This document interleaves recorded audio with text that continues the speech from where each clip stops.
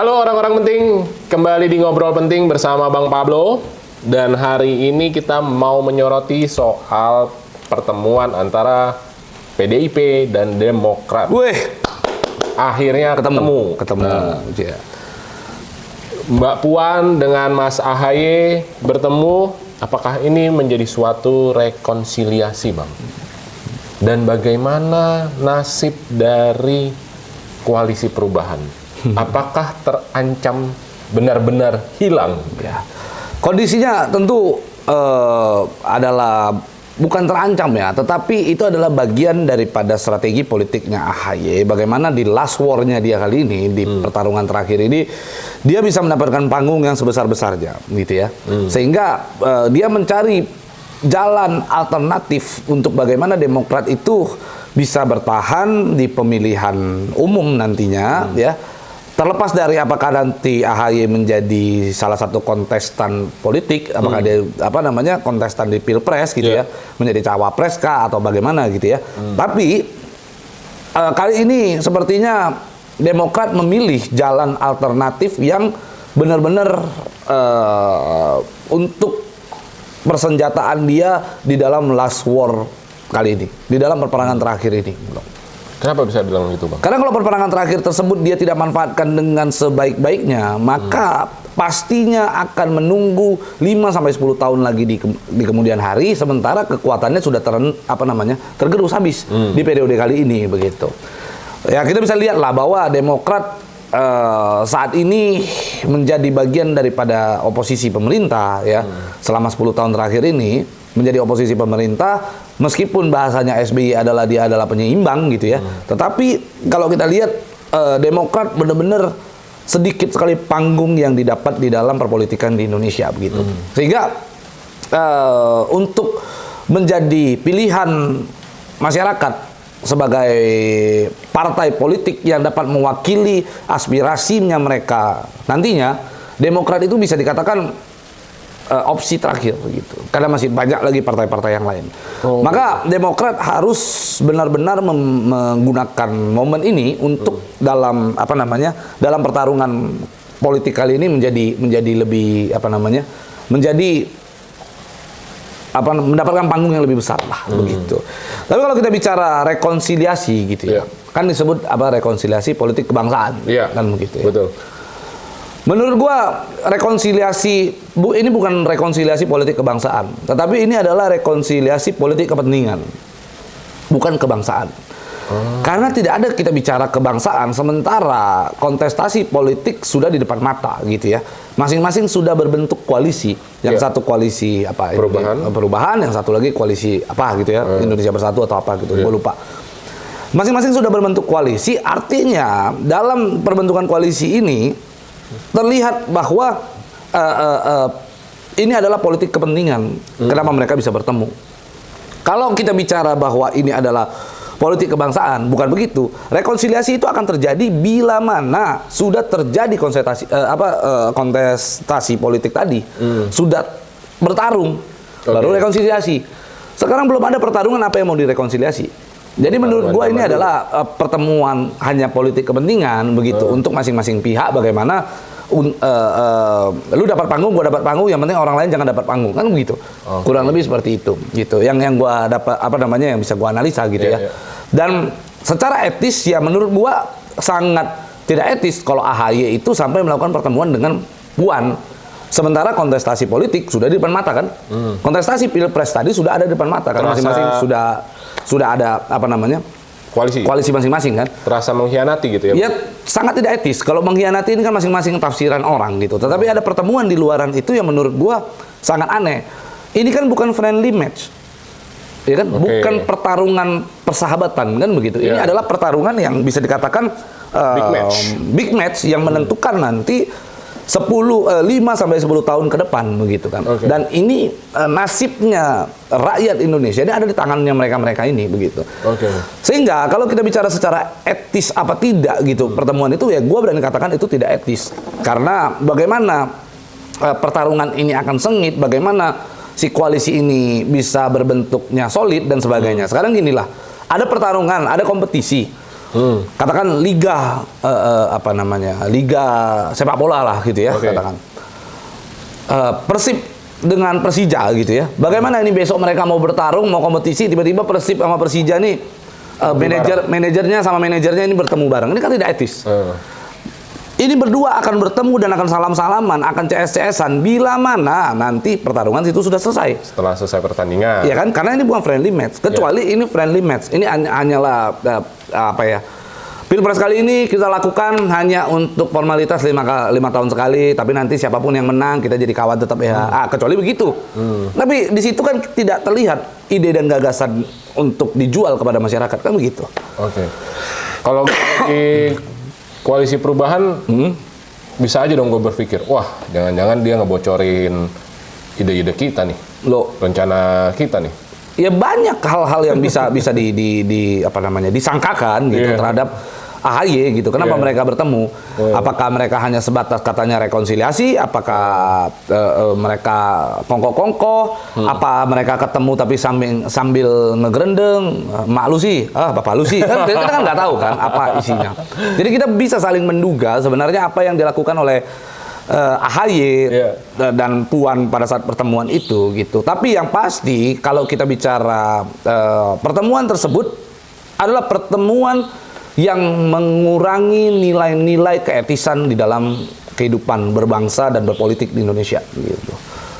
Oh, bukannya malah bagus berbaikan gitu yang selama ini kan terlihat. Berbaikan itu begini, dalam rekonsiliasi bila telah terjadi pertarungan baru itu bisa dikatakan rekonsiliasi itu. Baru kita ayo duduk damai ya, perang sudah selesai. Pertandingan sudah usai, kita hari ini ngobrol duduk bareng bagaimana Indonesia ke depannya. Itu disebut dengan rekonsiliasi. Tapi kalau belum tarung sudah rekonsiliasi, berarti itu sudah mengacu kepada politik kepentingan.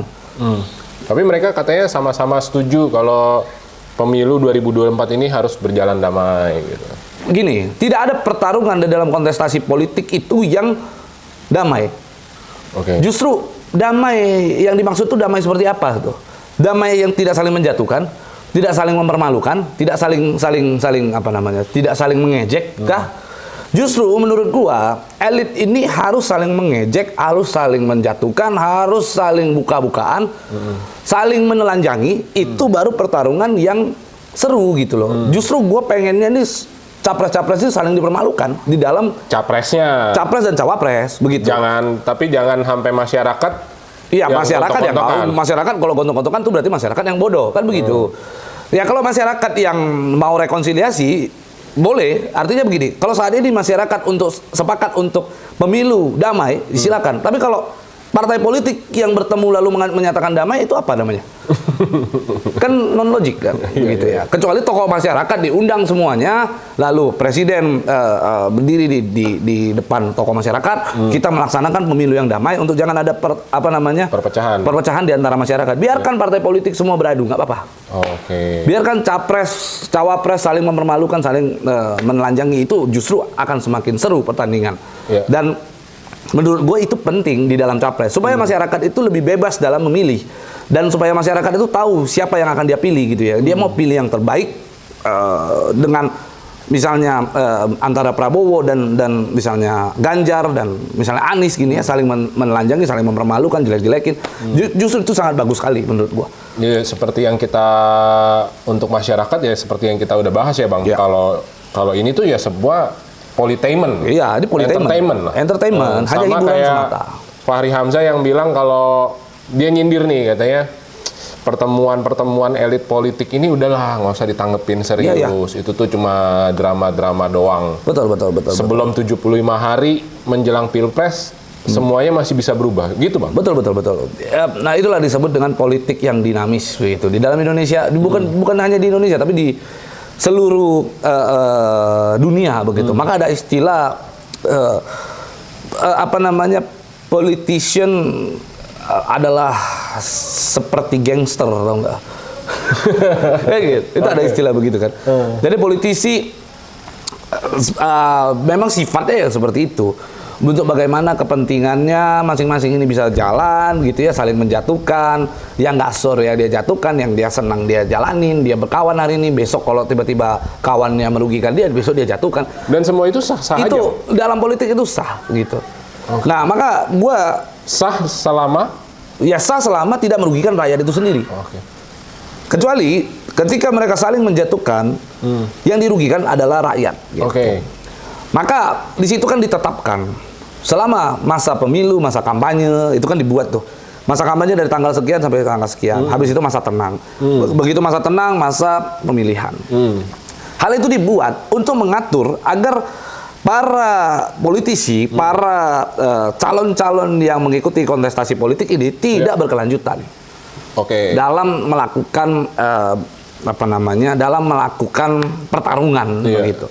Karena kalau pertarungan yang berkepanjangan akan menghasilkan rakyat yang juga saling beradu kan begitu. Pendukungnya saling adu juga nih. Pasti jadi. gitu. Sehingga kalau menurut gua ya nggak apa-apa, rekonsiliasi itu boleh, tapi rekonsiliasi yang baik adalah rekonsiliasi ketika pertarungan itu sudah selesai, bukan sebelum selesai. Kalau sebelum selesai dilakukan rekonsiliasi, menurut gua itu bukan rekonsiliasi. Tetapi itu ya memang mencari jalan alternatif untuk kepentingan masing-masing. Oke. Gitu. Oke. Jadi abang sejauh yang gue tangkap nih ya, abang ngelihat koalisi perubahan ini akan tetap jalan dan nggak etis kalau tiba-tiba AHY pindah. Ya. Nah, tapi Pertemuannya saja sudah tidak etis, apalagi pindah, begitu kan? Oke. Tapi ada cuitan dari Pak SBY Ya. yang mengindikasikan ini pengen satu kereta bareng nih gitu. Katanya beliau mimpi naik kereta, beliau jemput Ibu Mega, terus ke stasiun, naik bersama Pak Jokowi, naik kereta bareng ke Jawa Tengah sama Jawa Timur, yang beliin tiketnya adalah Presiden ke-8 RI gitu. Wah, nggak tahu deh gue itu. Nah, kalau gue sih ada tuh beritanya dan ada cuitannya. Jadi Pak SBY mimpi gitu ya? Iya. Nah, kalau gue kok menangkapnya kayak terkesan, yuk kita satu gerbong bareng, jalan bareng di 2024 ini PDIP sama Demokrat nih gitu. Jadi dalam kereta itu ada Pak SBY juga gitu? Iya, ada Pak SBY, ada Bu Mega, ada Pak Jokowi, sama ada Presiden yang ke-8. Oke. Gitu.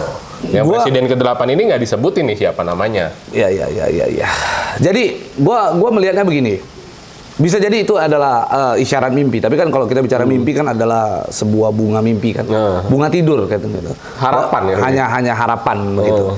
Ada harapan bahwa ingin bersama-sama di dalam satu gerbong begitu kan. Kenapa digambarkan kereta? Karena kereta itu identik dengan gerbong, mereka ingin bareng-bareng di satu gerbong. Tujuannya sama Kan begitu. Tapi coba kita perhatikan di dalam film-film Hollywood gitu ya. Sering terjadi itu tembak-tembakan itu di dalam satu gerbong kereta. Logiknya kan begitu kan? Balik lagi gangster ya? Iya, lagi gangster kan. Lagi naik bareng-bareng, dijebak, ditembak. Nah, itu kadang-kadang terjadi itu kan. Lalu karena kalau kereta itu berjalan yang sangat cepat sekali begitu ya. Kalau apalagi kereta cepat sekarang. Iya, kereta cepat kan. Ya, lagi jalan tiba-tiba langsung dibuang ke tengah jalan kan juga kan kasihan kan begitu kan. Jadi kita nggak bisa tebak lah, apalagi menganalisa sebuah langkah-langkah politik hanya dengan satu buah mimpi gitu ya. Menurut gua itu nggak masuk di akal gua. Tapi yang pasti kalau memang ada niatan Pak SBY untuk bareng-bareng berjalan dengan pemerintah yang sekarang ingin bersama-sama membangun Indonesia, ya semua itu harapan kita. Tapi jangan lupa bahwa kita akan menghadapi kontestasi politik. Serius dulu tuh hadapi. Dia kan tunjukkan dulu lah ide-idenya. Jangan bergelombolan begitu. Gini, lu kalau bergelombolan ya, maka menurut gua di situ akan muncul bukan ide-ide yang membangun, tapi ide-ide kejahatan. Gitu. Jangan bergerombol. Justru menurut gua butuh adanya oposisi dan pemerintah gitu ya. Karena oposisi akan menjadi sosial kontrol dan akan menjadi benar-benar mengawasi apa yang terjadi di dalam pemerintahan. Itu menurut gua yang bagus gitu. Kalau tidak ada oposisi, semua bergerombol lalu menjadi satu gerbong, ya menurut gua ini yang bahaya gitu. Karena di situ akan penuh dengan kepentingan, mereka sama-sama bersatu menjadi gangster yang sesungguhnya dan rakyat yang akan jadi korban. Itu poinnya. Oke. Gitu. Siap. Oke, orang-orang penting, kita lihat perkembangannya seperti apa antara PDIP dan Demokrat ini. Tapi pertanyaannya satu, Ya, Pak SBY udah ngimpi. ya. Kira-kira kapan nih Pak SBY akan ketemu sama Bu Mega ya? Ya, menurut gua dengan anaknya bertemu saja itu sudah mewakili bapaknya. Karena yang satu calon mahkota kan. Kedua-duanya ini adalah putra mahkota, putra dan putri mahkota kan begitu kan. Sehingga menurut gua mereka lah yang menentukan masa depan partainya masing-masing di kemudian hari. Karena yang tua-tua ini akan menurut gua mencapai titik di mana mereka menjadi tokoh untuk mengawasi jalannya demokrasi di Indonesia. Di belakang layar aja ya. Oke, siap. Terima kasih Bang Pablo. Sip. Sampai jumpa di Ngobrol Penting selanjutnya.